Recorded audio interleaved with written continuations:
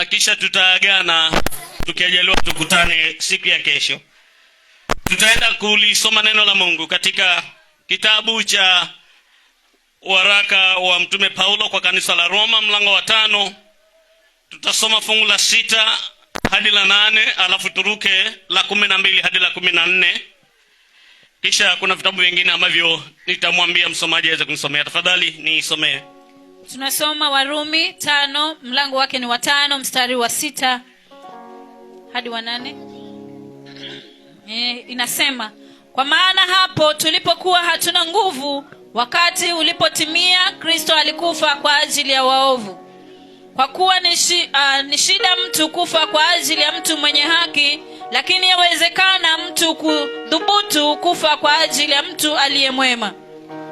Bali Mungu aonyesha pendo lake yeye mwenyewe kwetu sisi, kwa kuwa Kristo alikufa kwa ajili yetu tulipokuwa tungali wenye dhambi. Basi zaidi sana tukiisha kuhesabiwa haki katika damu yake, tutaokolewa na ghadhabu kwa yeye. 11 12. Kwa hiyo kama kwa mtu mmoja dhambi iliingia ulimwenguni, na kwa dhambi hiyo mauti, na hivyo mauti ikawafikia watu wote, kwa sababu wote wamefanya dhambi. Maana kabla ya sheria dhambi ilikuwamo ulimwenguni, lakini dhambi haihesabiwi isipokuwa sheria. Walakini mauti ilitawala tangu Adamu mpaka Musa, nayo ilitawala hata wao wasiofanya dhambi ifananayo na kosa la Adamu. Naomba urudie fungu la 14. Walakini mauti ilitawala tangu Adamu mpaka Musa, nayo ilitawala hata wao wasiofanya dhambi ifananayo na kosa la Adamu. Soma kitabu cha Mwanzo mlango wa 2 fungu la 7. Mwanzo 2 mstari wa 7. Bwana Mungu akamfanya mtu kwa mavumbi ya ardhi, akampulizia puani pumzi ya uhai, mtu akawa nafsi hai. Fungu la 15 hadi la 17. Bwana Mungu akamtoa huyo mtu, akamweka katika bustani ya Edeni ailime na kuitunza. Bwana Mungu akamwagiza huyo mtu akisema, matunda ya kila mti wa bustani waweza kula, walakini matunda ya mti wa ujuzi wa mema na mabaya usile, kwa maana siku utakapokula matunda ya mti huo utakufa hakika. Mlango wa 3 kitabu cha Mwanzo fungu la 6. Mlango wa 3 mstari wa 6. Mwanamke alipoona ya kuwa ule mti wafaa kwa chakula, wapendeza macho, nao ni mti wa kutamanika kwa maarifa, basi alitwaa katika matunda yake akala, akampa na mmewe, naye akala. Tuombe. Tunakushukuru Mungu utupaye uzima. Asante kwa ajili ya neno lako ambalo ni uzima, na neno lako ni mtu aweze kuokoa na kuponya. Na sasa Bwana, tunapoenda kulisikia neno hili masikioni mwetu, ni maombi yangu kwamba Bwana utaweza kulifanyia kazi katika mioyo ya wote ambao Bwana hawajafikiwa na kazi ya neema.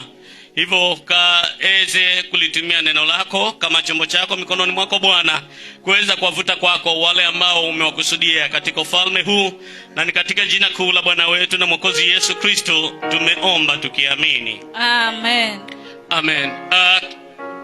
Nataka kupa layout ya vile ambavyo nitaweza kutembea katika mahubiri haya jioni hii ya leo. Na jioni hii ya leo nataka tutaanza na kuweza kutafuta sisi ni wakina nani, our true identity. Na tunapoweza kutafuta asili yetu halisi ni gani, tutaweza kujua basi tumetokelea wapi, tunaenda wapi, na tutafika wapi. That will be my discussion tonight, and perhaps kesho pia nitaweza kuingia katika sehemu ya kuweza kumalizia. Mahali ambapo ninalenga pakuu ni fungu la 14 la mlango wa 5 wa kitabu cha Waroma, ambapo itaweza kuturudisha mahali penyewe tulipotoka. Bwana Yesu asifiwe. Amen. Kwa hivyo naanza kusema wanadamu wote katika dunia ni wanadamu, ni viumbe ambavyo viko na identity, unlike wild animals, unlike hata viumbe vingine ambavyo tunavifuga katika nyumba, kama vile mbuzi, kama vile paka, kama vile mbwa ambao tunawafuga, hawana identity. Huwezi ukamwona mbwa na akakwambia ya kwamba mimi ninatoka katika ukoo fulani. Lakini wanadamu ni kiumbe ambacho kina asili, ni kiumbe ambacho they have their identity. Na asili ya mwanadamu katika dunia tulio inaweza kutambulika mwanzo katika mahali alipozaliwa, their geographical location. Na tunapofika mahali alipozaliwa, kama niseme Nyanza, leo nikitaja Nyanza, unajua ya kwamba ni watu wa aina gani unaokutana nao, ambao hata bila kukwambia ukiongea nao unaweza kujua huyu anatoka Nyanza. Kama leo hii uikutana na mtu akakwambia anaitwa Charo, unaweza kujua mtu huyu geographical location yake ni wapi. Kwa hivyo wanadamu tunakubaliana hivi ya kwamba we are creatures of identity, and there is no way we can run away from our identity. Indeed, geographical location ni moja ya vile vitu ambavyo vinaweza kututambulisha sisi ni wakina nani. Lakini hata tunapofika maeneo yetu ya kuzaliwa, tunaweza kujitambulisha zaidi, na kile ambacho kinaweza kututambulisha kingine ni our ethnic groups, kabila yetu, sisi ni wakina nani. Kwa hivyo identity ya mtu tunaifuata. Tunaanza na geographical location, mahali anapotoka. Tunapofika mahali anapotoka, tunaanza kuuliza his ethnic group, mtu huyu anatoka katika jamii ya watu gani. Na tutakapofika kuweza kufika katika ethnic, katika kabila anayotoka, pia tutaweza kwenda katika kabila hiyo. Kuna kitu kingine tutakipata katika kabila ambacho inaitwa clans, kwamba kuna mari ambazo katika kabila hii iko. Hayo yote tunayofuatilia hivyo, kuna kitu kimoja tu tunatafuta, ni kwamba ni identity ya mtu tunaitafuta. Na unapoweza kupata mtu huyu anatoka katika mari gani katika kabila hii, hatutatosheka pia na mari ile anayotoka. Tunaanza kutafuta jina lake, familia yake ni ya mtu gani. So tunaifuata familia hii. Kama mimi ninavyoitwa Yeri, ukiweza kufika mahali nilipozaliwa na kusema mtu huyu anaitwa Yeri, watu wataanza kutafuta jina hili Yeri linatokezea kwa mtu gani. Na unapoenda utaweza kupata huyu Yeri basi ametokea katika boma la nani. Na hata unapofika katika boma la yule mtu kufikiria kwamba tumeweza kumpata, utaambiwa ya kwamba katika hii Yeri imeweza kugawanyika, ya kwamba kuna wale watu ambao tunawaita the intermediate families, na kuna wale watu tunaita the extended families, ya kwamba watu hao wamegawanyika. Na tazama, sitaweza kuchoka kwa sababu kuna yule mtu ambaye namtafuta. Nitaweza kuenda fadha katika kumtafuta mtu huyu. Na hapo nitaenda kukutana na babake. Nitakapoenda kumshika babake ataambiwa aweze kuwatoa wale intermediate families wake, na wale watakaofuatia hapo wataitwa watoto wake, ataitwa na mke wake. Hapo tumeweza kuipata identity ya mtu, ya kwamba mtu huyu ambaye tumemtafuta kutoka mbali, kuanzia mkoa alipozaliwa, kabila yake, jamii anayotoka, clan anayotoka, mwishowe tumeweza kumpata. This tells us one thing, ya kwamba watu wote katika dunia moja kuna mahali ambapo tumetoka. Kwa hivyo sisi vile unavyotuona, kumbe sisi si Wagiriama, sisi si Wabaguzi, sisi si Doluo, sisi si Waluya, sisi si Agikuyu. Sisi ni mbegu na tuna ukoo wetu. Sisi ni wanadamu. Mahali ambapo tumesoma katika maandiko jioni ya leo, ninaomba msomi uweze kurudia fungu la 6 la waraka ule wa Waroma hadi fungu la 8. Kwa maana hapo tulipokuwa hatuna nguvu, wakati ulipotimia, Kristo alikufa kwa ajili ya waovu. Kwa kuwa ni shida mtu kufa kwa ajili ya mtu mwenye haki, lakini yawezekana mtu kudhubutu kufa kwa ajili ya mtu aliye mwema. Bali Mungu aonyesha pendo lake yeye mwenyewe kwetu, kwa kuwa Kristo alikufa kwa ajili yetu tulipokuwa tungali wenye dhambi. Mlango huo unaweza unamtaja mtu, lakini unamtaja mtu katika vielezi vitatu. Na mtu anayetajwa mahali hapo kwanza ameweza kuitwa aliyekuwa hana nguvu. Sisi tulipokuwa hatuna nguvu, tutataka kujua tulipoteza wapi hiyo nguvu. Biblia tunapoendelea hapo chini imetutaja hivi katika sehemu ya ba, we were ungodly, ya kwamba ni watu ambao hatukuwa na uungu. Nataka tutafute huo uungu tuliopoteza wapi. Na fungu la 10 katika kitabu hicho limeweza kuongeza kwa kutuita jambo lingine. Ninaomba ukaweze kusoma fungu la 10. Maana ikiwa tulipokuwa adui tulipatanishwa. Elezo lingine ambalo linaweza kutuelezea sisi, linatuita katika mambo haya matatu, ya kwamba tulikuwa hatuna nguvu, linatuita ya kwamba tulikuwa hatuna uungu wala hatuna Mungu, na kisha jambo lingine inatuita ya kwamba tulikuwa maadui. Nataka niweze kukabiliana na vipengele hivi vitatu vyote, kama Bwana ataridhia, leo ama kesho tuweze kuvifikiria na kisha tuweze kuangalia uhalisia wetu katika fungu la 14. Bwana Yesu asifiwe sana. Amen.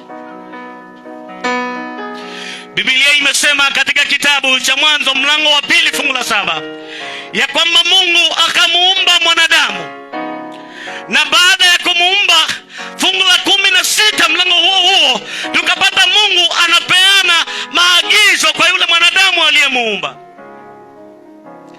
Na maagizo haya anayoyapewa kuanzia fungu la 15 hadi la 17, tunapata ya kwamba Mungu baada ya kuweza kumuumba mtu huyu aliweza kuona vyema ya kwamba aweze kumweka mahali akaweze kulilinda shamba lake. Na kisha baada ya kumweka mahali pale, Mungu akampa maagizo, na maagizo aliyompa mwanadamu huyu alimwambia mambo haya, ya kwamba mahali hapa ambapo nimekuweka kuna vitu vingi sana ambavyo unaweza ukala. Kama leo mtu anaweza akakuchukua na akakupeleka Naivas, akakuweka Naivas, akwambia hii Naivas hapa ndani kuna kila chakula ambacho unaweza kutaka kula, lakini akuchukue akupeleke katika friji ya samaki mbichi na mahali ambapo kuna ice cream, akwambie hivi usile, najua kwamba ni chakula hiki, lakini chakula hiki usikile. Na akamwambia kama ukiona haya ninayosema hayatoshi, kuna matukio ambayo yanafuatia. Ile siku utanyosha mkono wako na kuchukua kutoka kwa friji hii samaki hii ukaweza kula, utakufa hakika. Mungu akapeana hayo maneno machache na akamwacha Adamu aweze kuishi, na Adamu akaendelea kuishi. Lakini tunakutana na tatizo. Mlango wa 3 Biblia inasema baada ya Adamu, baada ya kuishi siku nyingi, tumeona maneno haya katika fungu la 16 na 17 kitabu cha Mwanzo mlango wa 2. Naomba unisomee msomi.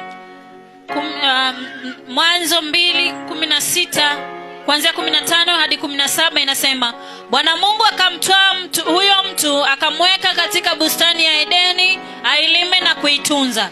Bwana Mungu akamwagiza huyo mtu akisema, matunda ya kila mti wa bustani waweza kula, walakini matunda ya mti wa ujuzi wa mema na mabaya usile, kwa maana siku utakapokula matunda ya mti huo utakufa hakika. Mlango wa 3 fungu la 6.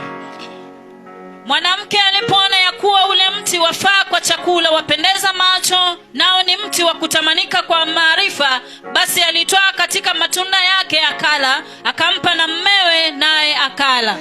Sasa watu hawa baada ya kuishi katika shamba lile, watu hawa ambaye anaweza kuwa kama ni wewe leo, baada ya kuishi pale Naivas, nafikiria kwamba nimekuweka Naivas, mahali ambapo kuna kila chakula ambacho unataka,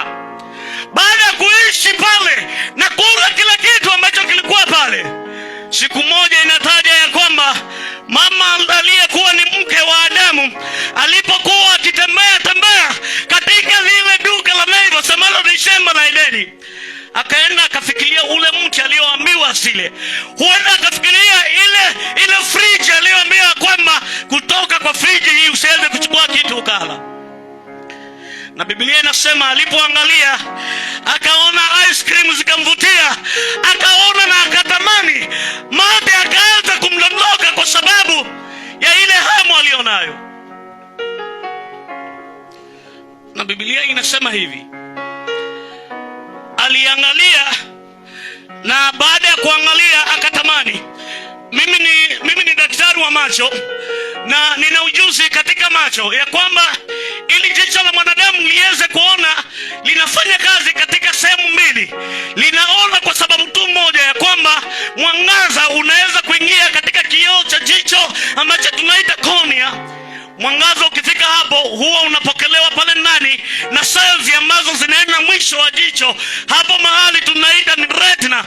Mwangaza ukifika hapo unagongana na hizo cells, na ukishagongana na hizo cells unapeleka habari kwa mshipa mkubwa unaotoka katika jicho na kuunganisha na ubongo. Na unapofika mahali hapo unaanza kuangalia, kumbe hii ni rangi ya kijani kibichi, inafanya kazi. Kwa hivyo kuna process ambayo inafanyika wakati mtu anaenda kuitenda dhambi. Mwanzo kuna kuwa na communication kati ya nafasi, lakini kile ambacho kinasababisha ni kwamba mtu huyu anaona mwanzo. Na mama akaangalia lile tunda, na alipoliangalia Biblia inasema likamvutia, akaona linatamani, na alipolitamani akaona ya kwamba achukue ale. Na alipochukua akala, akarudi kwa mmewe na akampea, naye akaweza kula. Sasa baada ya mambo hayo kufanyika, Mtume Paulo miaka nyingi baadaye anakuja kuandika, na anaweza kuelezea wanadamu wa namna hii, kwa sababu waliweza kuona ya kwamba kile walichokatazwa na Mungu, ya kwamba hicho kinatamanika kuliko yale walioruhusiwa. Kama vile wewe siku hii ya leo, ukitoka pale njia ukipita, ukiona mwanamke ambaye amevalia miniskirt, unaona anapendeza zaidi kuliko mke wako, japokuwa unajua jambo hilo si sawa. Akaweza kuangalia, na alipotamani akachukua kala. Kile kilichofanyika ni kwamba alipoweza kunyosha mkono wake kuchukua lile tunda, haikuwa shida bado.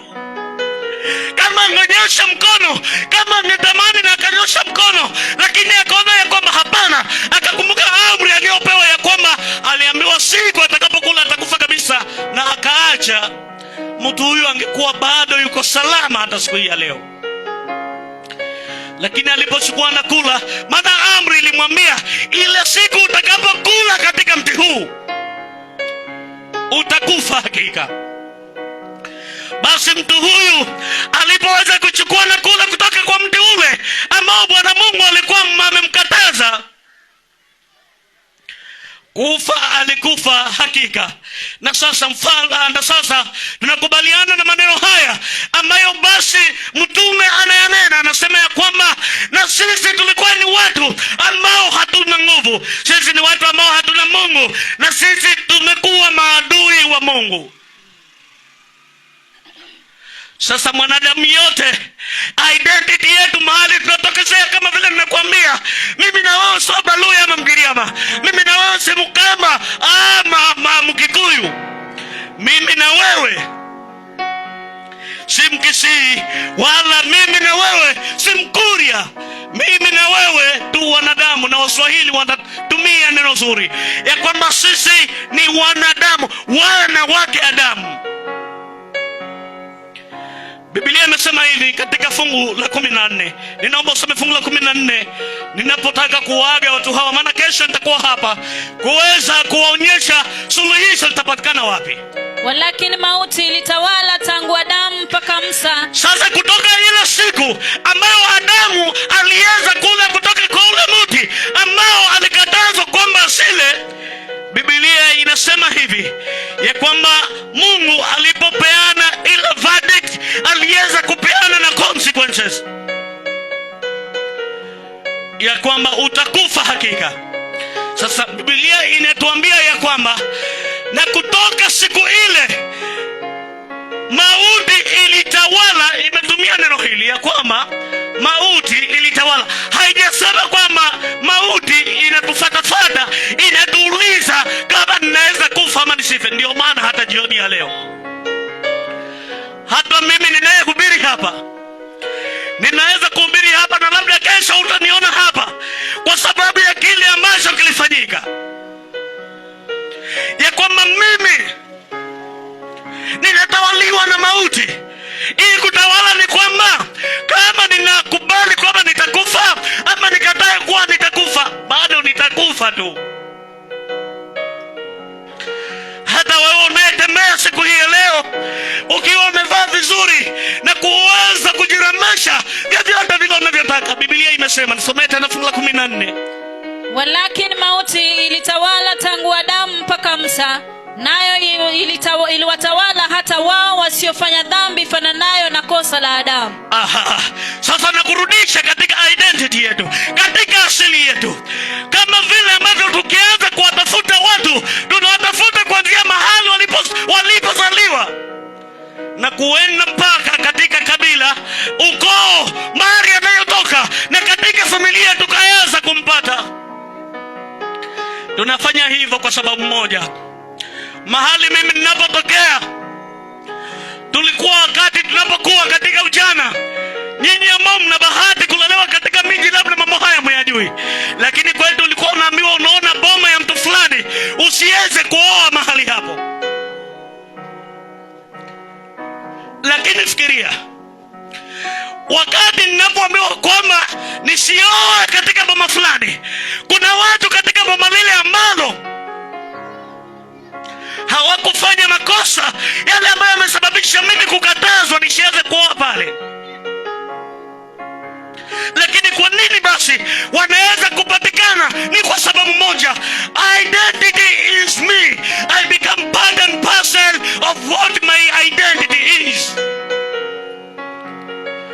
Kwa hivyo mimi na wewe na yule mwingine hatuwezi kujitoa basi kutoka mahali pamoja ambapo ni mahali pa Adamu. Sisi ni mbegu ya Adamu, na kile alichokifanya Adamu ndio sisi, na sisi ndio Adamu. Na kama Mungu alimwambia Adamu ya kwamba ile siku atakapokula kutoka kwa mti ule atakufa, hata wewe utakufa, hata yule atakufa, hata mimi nitakufa.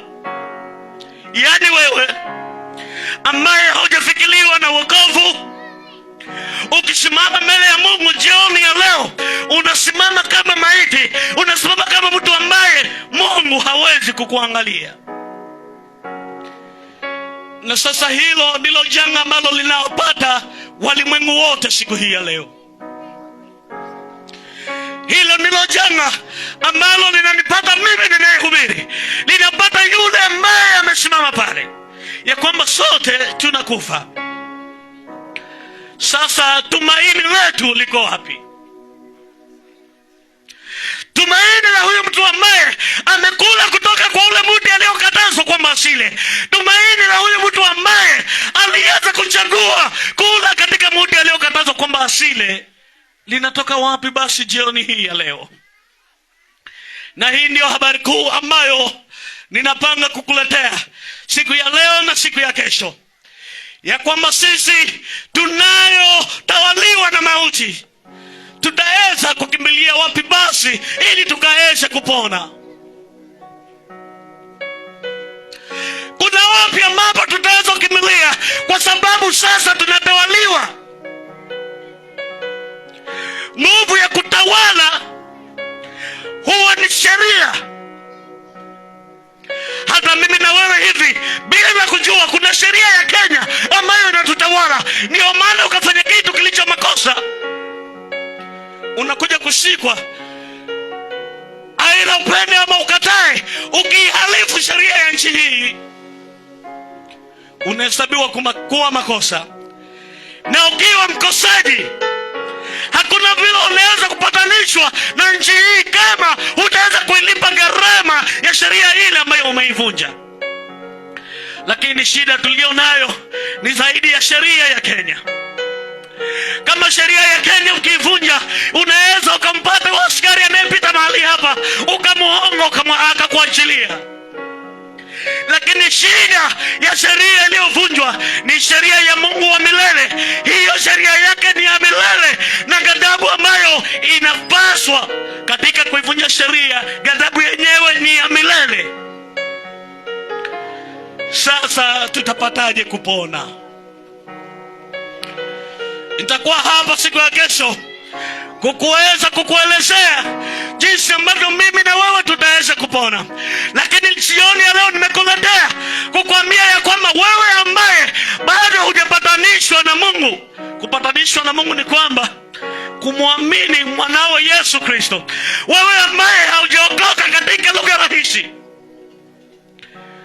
wewe ni adui wa Mungu, kama vile Biblia ambayo imeweza kutueleza katika fungu la 10 la kitabu cha Warumi mlango wa 5. Biblia imesema sisi tulikuwa maadui. Sisi ni maadui, tumetengwa na Mungu, na Mungu ni wa milele. Tunapotengwa na Mungu ambaye tumevunja amri yake ya milele, tunatengwa na yeye milele. Kutengwa na yeye milele ni kwamba tutakufa, na tunapokufa hatuna tumaini tena isipokuwa kuendelea kuugua katika madhara ya hukumu ya Mungu wa milele. Lakini jioni ya leo, hata kama ni kwa kupapasa tu kidogo, nataka kukuambia hivi: kuna mtu aliyetumwa baada ya sheria, amri hii kuweza kuvunjwa. Kuna mtu ambaye aliweza kutumwa, ambaye yeye peke yake baada ya sheria hii kuweza kuvunjwa, yeye peke yake aliweza kuilipa gharama ya sheria hii. Na huyo mtu ndiye ambaye kesho nitaweza kumwelezea, ama Biblia imemtaja. Na jioni ya leo kuna tumaini tu, na nataka kumwasilisha mtu huyu ambaye ni mtakatifu mno. Nataka kumwasilisha kwako mtu huyu ambaye katika kumwamini yeye, katika kuamini yeye kivipi? Ya kwamba katika kuziamini habari hizi ambazo tumezileta, ya kwamba yeye ndiye alifanyika kwa suluhisho, ya kwamba yeye ndiye alikuwa ile gharama ambayo ilihitajika baada ya sheria ile kuvunjwa. Mtu huyo kama ukimwamini siku hii ya leo, unaweza kupona. Kupona kwa namna gani? Ghadhabu yake ni mbaya kuliko hata ukimwi. Ghadhabu yake ni mbaya kuliko hata kansa ambayo inawasumbua watu. Ghadhabu yake ni mbaya kuliko hata ugonjwa wote na shida zozote ambazo unazipitia. Unahitaji kuunganishwa na huyu mtu, kwa sababu mimi na wewe tuliweza kuivunja amri ya Mungu mwenye haki, na ghadhabu ambayo inatupasa sote ni kufa, na katika milele wote kuweza kuangamia. Jioni ya leo, unapoyasikia maneno haya na kuihoji nafsi yako na kujua ya kwamba katika nafsini mwako bado wewe ni adui ya Mungu, bado wewe umevunja amri ile ya Mungu, na kwamba haujapatanishwa, bado wewe hauna nguvu, bado wewe hauna uungu, bado wewe ni adui wa Mungu, na mahali unaweza kukimbilia jioni hii ya leo, na ni katika kifua cha mwana wa Mungu Yesu Kristo. Yeye aliyeweza kutumwa kuwa mpatanishi kati ya sisi na Mungu, yeye ambaye tulivunja sheria yake. Yeye alikuja akaweza kumlipa Baba gharama inayohitajika. Lakini mtu huyo nitakutajia vizuri siku ya kesho. Jioni hii ya leo nataka kukutayarisha ya kwamba hukumu ya Mungu iko juu yako, ya kwamba hausalama wewe. Hata kama leo uko vizuri na una mipango mizuri juu ya maisha yako, ya kwamba unapanga kurudi kwa nyumba uweze kupika ugali mkubwa na nyama kubwa ule, hauko salama.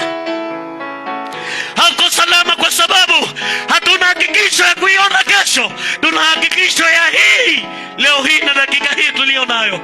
Kama Mungu akiamua dunia iweze kuisha dakika ijayo, utakuwa wapi ndugu yangu? Lakini Mungu ameweza kututuma mahali hapa tuweze kuletea huyu mwana Kesho tutatafuta kujua nguvu zetu tumezipoteza wapi. Mbona tukawa ungodly? Mbona tukawa maadui wa Mungu? Na unapojiandaa kwa ajili ya siku hii ya kesho, kunalo tumaini jioni hii ya leo. Ukaweze kuipokea habari hii ya tumaini, ya kwamba kwa wote waliotenda dhambi, wote wenye dhambi wanatumaini tu kama walikiweza kumwamini huyu Yesu peke yake katika imani. Hautahitaji kulipa chochote kama ni kuamini ya kwamba huyu Mungu ambaye ulivunja sheria yake ameweza kumtuma mwanawe ambaye ndio suluhisho ya shida kubwa tulio nayo. Ukiamini haya, ni rahisi kama hivyo tu utaweza kupata uzima wa milele. Lakini mbali na hiyo, wewe umeoza mbele za Mungu. Mbali na hiyo, hauna tumaini mbele za Mungu. Mbali na hiyo, hakuna mahali pengine unaweza kukimbilia kwa ajili ya uponyaji wa maisha yako. Naomba mahali tulipo tukaweze kusimama. Waimbaji washika vipaza vya sauti. Tunapoenda kumaliza mkutano wetu jioni hii ya leo, tuongeze volume kidogo pianisti.